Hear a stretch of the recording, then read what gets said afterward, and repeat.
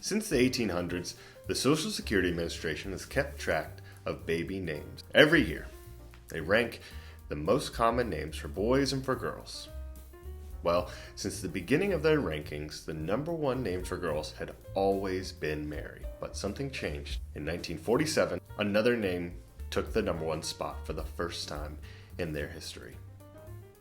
That name was Linda. You see, the Social Security Administration only keeps track of names where at least 5 babies have been given.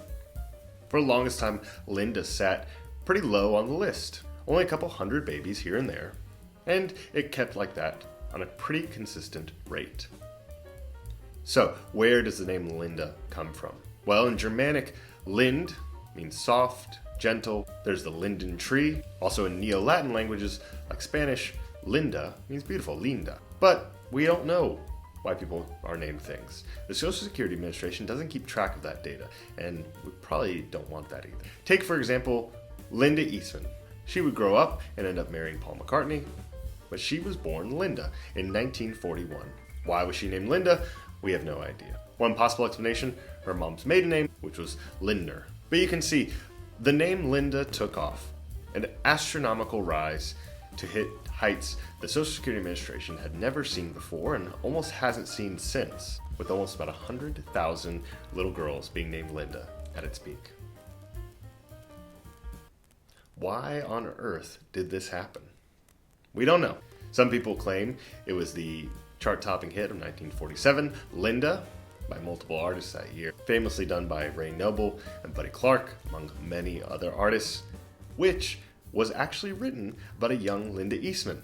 It was written about her in 1942 and then waited to be published until 1947. But you can see here, the graph was already rising at a pretty high rate. What could have caused the name Linda to skyrocket the way it did? My theory is this. It has to do with her. Her name is Linda Darnell, movie starlet of the 1940s, such films as The Mask of Zorro and Fallen Angel. When she was in her early teens, she ran off to try to join Hollywood, was rejected, and finally came back in her late teens. It wasn't long before she was in movies, sharing the screen, getting leading roles, and her name all over marquees across the country. And there's no way to know for sure, but let me put a graph together. This is the rise of the name Linda compared to Linda Darnell's filmography and how many movies she was in year after year. You can see it matches up pretty good. I think as she became a household name, more people talked about it, and the more people that had kids named Linda, the more that name continued to spread. It probably wasn't entirely up to her. Like we talked about before, it comes from other languages, but I think Linda Darnell is a pretty good starting point to guess where this name comes from. You can see as Linda Darnell's career fall away, so the name in popular culture. And maybe we're just moving to a different era, a different time after people had come home from war, they wanted something different. But an interesting thing is Linda Darnell was not born Linda Darnell. She was born Moneta Darnell. Studio head Daryl F. Zanuck said this. He gave her the name because he felt that the name would advertise her beauty and suggest a Latin quality that matched her coloring. So if Linda Darnell is the one to associate with this rise in popularity, we actually have Daryl to thank. You may think it was just girls getting into the Linda craze. You'd be wrong. There were boys named Linda, enough for the Social Security Administration to keep track of. And at its peak, once again, same year as the girls, it hit about 250 boys. So if you're one of the few male Lindas watching this, thank you.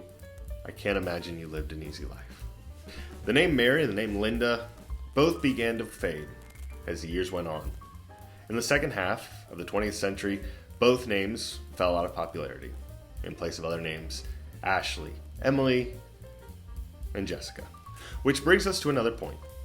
The number one names aren't as prevalent as they used to be. Even if population has risen, the number of names has increased much faster. So the number one name is not as powerful or as influential as they used to be. Like I said, Linda at her height was having 100,000 girls named it. But now, the name Olivia doesn't do a fraction of that. So the future of the name Linda isn't bright though. For the past several years, it has decreased in popularity steadily.